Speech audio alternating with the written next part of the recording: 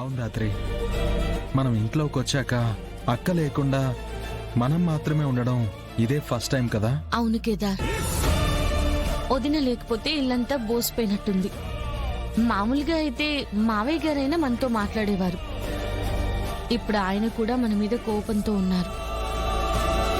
వదిన తిరిగొచ్చే వరకు ఇంట్లో నువ్వు, నేను, అత్తయ్య, శ్రీవల్లి మనతో మనమే మాట్లాడుకోవాలి.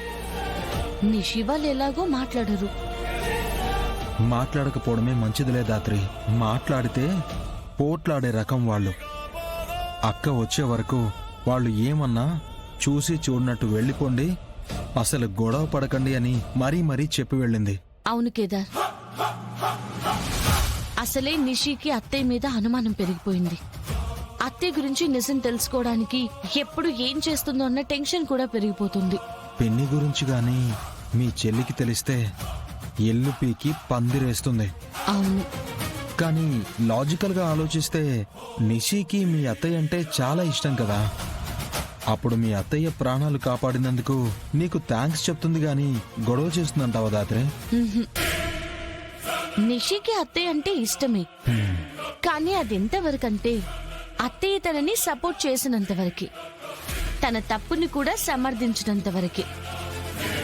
ఇప్పుడు అత్తయ్య నిజం తెలుసుకున్నారు, తను నా వైపు నించుంటారు కాబట్టి నిషి అత్తయ్యకి సపోర్ట్ చేయదు కదా. పైగా అత్తయ్యని ఇంట్లోకి తీసుకొచ్చి పెట్టడం చాలా ప్రమాదమని వదిన వాళ్ళ ముందు మాట్లాడితే మనం ఇంట్లో నుంచి వెళ్లిపోవాల్సి వస్తుందని తనకి బాగా తెలుసు. మనల్ని ఇంట్లో నుంచి వెళ్ళగొట్టడానికైనా నిషి అత్తయ్యకి ఆపోజిట్ గా నించుంటుంది. కరెక్టే, నువ్వు చెప్తుంటే కళ్ళ ముందు జరుగుతున్నట్టు కనిపిస్తుంది దాత్రి. నిషి అన్నంత పని చేసినా చేస్తుంది. పైగా ఇంట్లో పిన్ని గురించి తెలిసిన మరుక్షణం మీనన్కి పిన్ని బ్రతికే ఉందని తెలిసి ఆవిడ్ని చంపడానికి వస్తాడు. అందుకే మీనన్ నుంచి అత్తయ్యకి ప్రమాదం తప్పే వరకు, ఆ సాక్ష్యాలన్నీ మన చేతికొచ్చే వరకు అత్తయ్యని మనం ఎలాగైనా కాపాడుకోవాలి. అక్కలేని ఈ 2 రోజులు నీ గయ్యాలి చెల్లి మనల్ని ఇంట్లో నుంచి పంపించడానికి ఏం ప్లాన్స్ వేస్తుందో ఏంటో.